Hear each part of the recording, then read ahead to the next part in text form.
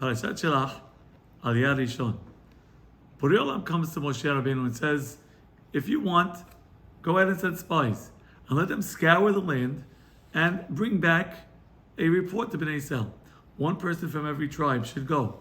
The Parashat lists the 12 Meraglim, the 12 spies that went and were commissioned with a mission to go into Eretz Israel and to spy the land.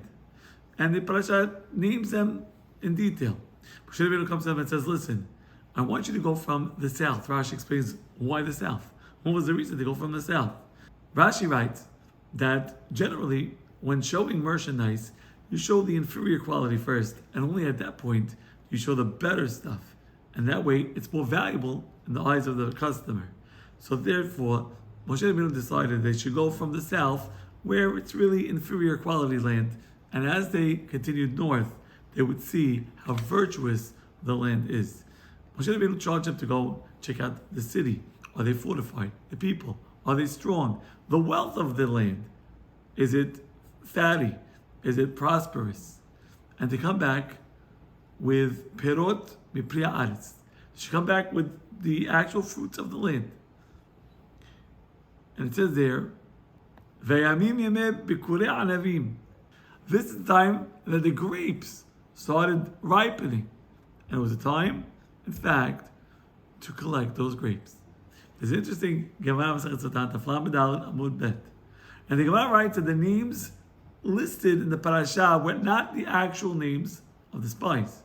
It is the name that the Torah gave to the spies based on the actions of these men. And the question is, why? Why weren't they listed by their actual names in the parasha? And the answer is very simple. There's a Gemara Masechet Berachot of Zayin Amud Bet. And the Gemara writes that Rabbi Meir used to say, Shema Garim, a person's name causes him to have certain qualities and strengths and talents. You are born with inborn talent.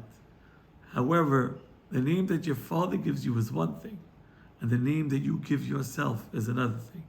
We have to take all those qualities that we were given, and we have to create a masterpiece. That is the name that the Torah is going to recognize. The name that we made for ourselves, not the gift that we were given, or what we do with that gift. Rabbi Eliezer Zeytouneh, have a wonderful day.